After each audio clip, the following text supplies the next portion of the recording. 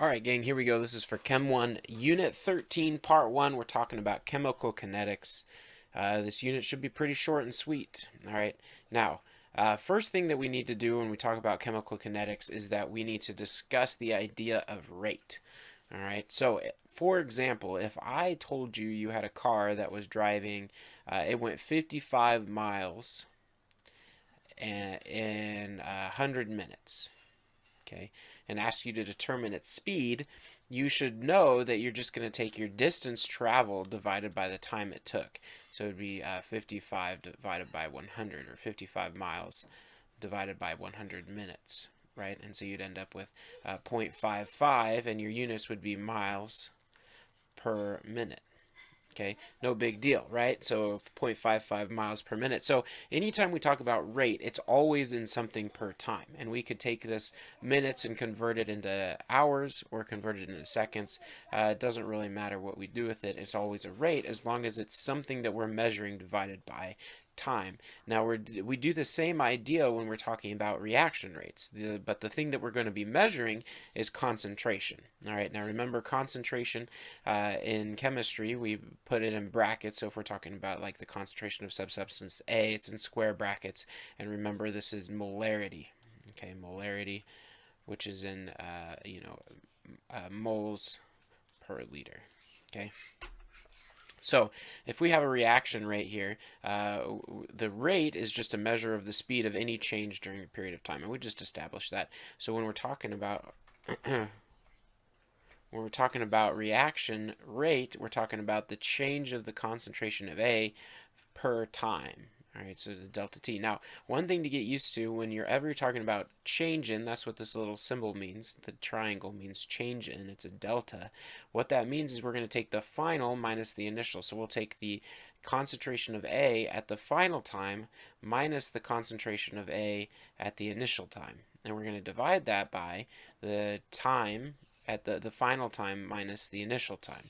All right, and so this is probably new notation that you haven't really been super familiar with. So let's just analyze this real quick. These brackets are for concentration, so that's the molarity, remember that? Okay, and then this little f and little I, these are called subscripts. And these subscripts, what they tell you is they are identifiers, because here we have two different concentrations of A and two different time values. And we put these subscripts in so we can keep track of which one's which. Okay, so anytime we see the change in, we always mean final minus initial. So let's see if we can calculate the change in these purple squares to these green triangles. All right, so purple squares here, we've got 1, 2, 3, 4, 5, 6, 7, 8, 9, 10, 11, 12, 13, 14, 15, 20 of these squares, okay, and 0 triangles. All right, and then we need, and then what's the other thing we need? So that's our initials, so those would be the A and the I, or the I's. Now we need the F's, and that's the final, so we do these guys over here. There's 2 squares left, and since we know it's a 1-to-1, there should be 18, so we'll just run with it. We'll just assume that that's right. So there's 18 triangles. Now we're going to calculate the concentration, or the rate of the purple squares to green triangles.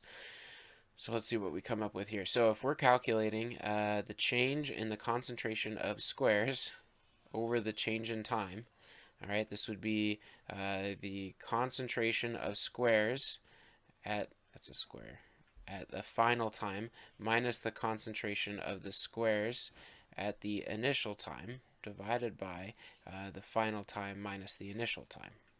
Okay, so the concentration of squares final, well, that's 2, right? Because in the final we have 2 of those, and then the initial was 20. Okay, so 2 minus 20, and then the final time, well, they don't really give us a time here. They just tell us this. So let's just assume that this is 1 minute. So this would be 30 seconds.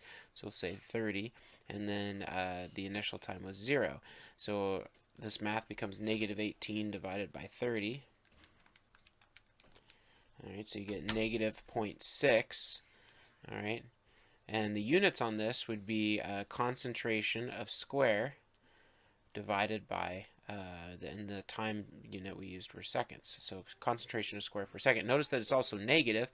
That negative value tells us that the reaction, or the concentration, is dropping as time goes on. So essentially another way of looking at this is that every second the concentration of squares goes down by negative 0.6.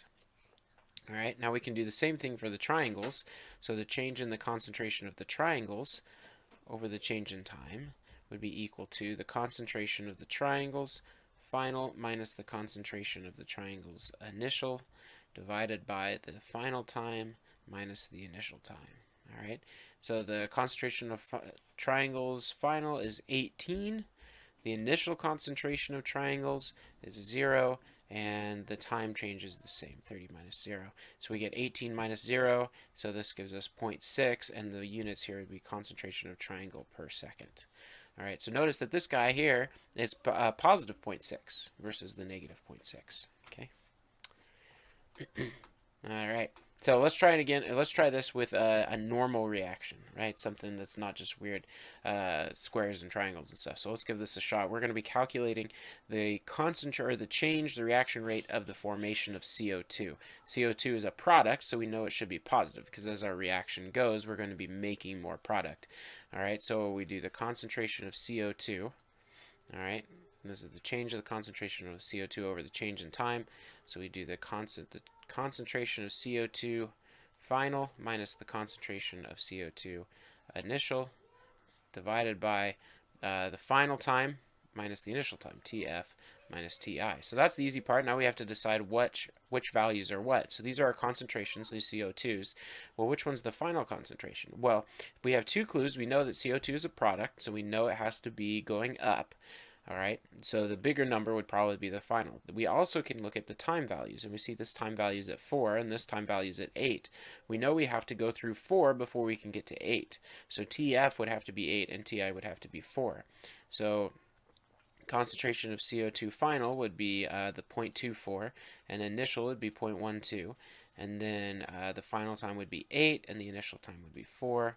All right, so you get 0.12 over 4, so that's 0.03.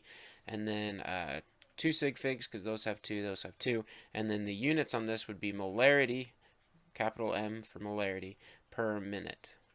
All right, so that would be our answer for that. So every minute our concentration is going up by 0.030. Okay, and specifically molarity of CO2. All right, remember products always have a positive rate, reactants always have a negative rate. Okay. So if we look at these reactions here, this is another interesting idea, is that, so here we've got chlorobutane, and it's reacting with water. Now we know in order for the reaction to occur, these two things need to hit each other, right? They react together, all right? And so as this reaction progresses, we see this interesting pattern appear, okay? And notice that, so at time equals 0, we have, 0.1 molar of this chlorobutane, okay? And then, and the concentration goes down as time goes down, and that makes sense. That's a reactant. So as the time goes down, we just established that we should get less and less of this. But also notice that they took the rate at each of these spots here, and they noticed a distinct pattern, right? This rate here is getting slower and slower. Initially is 1.9, then it's 1.7, 1.6.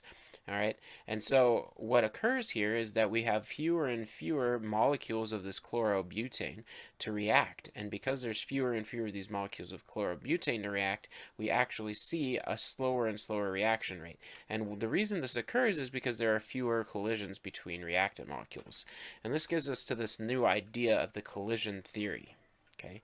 Now the collision theory, what it tells us is that in order for any molecule or any reaction to occur, we have to have actual physical collisions between the reactant molecules.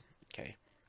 And this is really the whole study of kinetics. The main things we want to study in kinetics is the factors that affect the speed of a reaction, and that's based on our collision theory, and then also the mechanisms by which the reaction proceeds.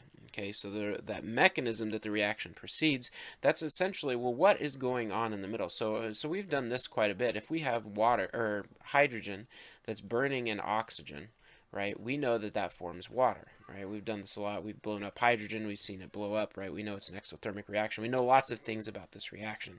But all we really know is that this hydrogen reacts with this oxygen and forms water.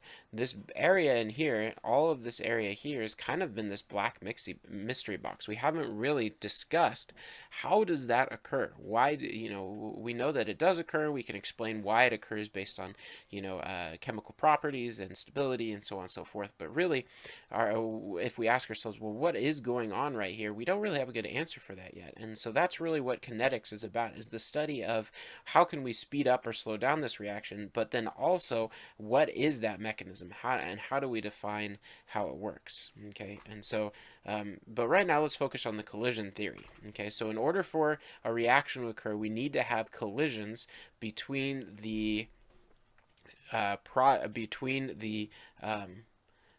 the reactants, whatever's reacting. Okay, and so not only that, but we have to have what's called a successful collision. All right, these successful collisions are also referred to as effective collisions, and these occur only if you have both of these things met. You need enough energy to break the old bonds, and then you also need to have the correct orientation to form the new ones. So your molecule or your reactants, whatever they may be, molecules or ions, so on and so forth, they have to hit each other with enough speed and the correct orientation to react. Okay. And so, in essence, if we can make those collisions happen more often with more energy, or or some other way by increasing the number of those collisions, will increase the reaction rate. Vice versa, if we do something to lower the frequency of those effective collisions, then the reaction rate gets slower and slower. Okay, and in part 3 we'll talk about, well, what ways can we control the reaction rate. So that's it for part 1. Okay, do your practice problems. Let me know if you have any questions, and I'll see you on the flip side.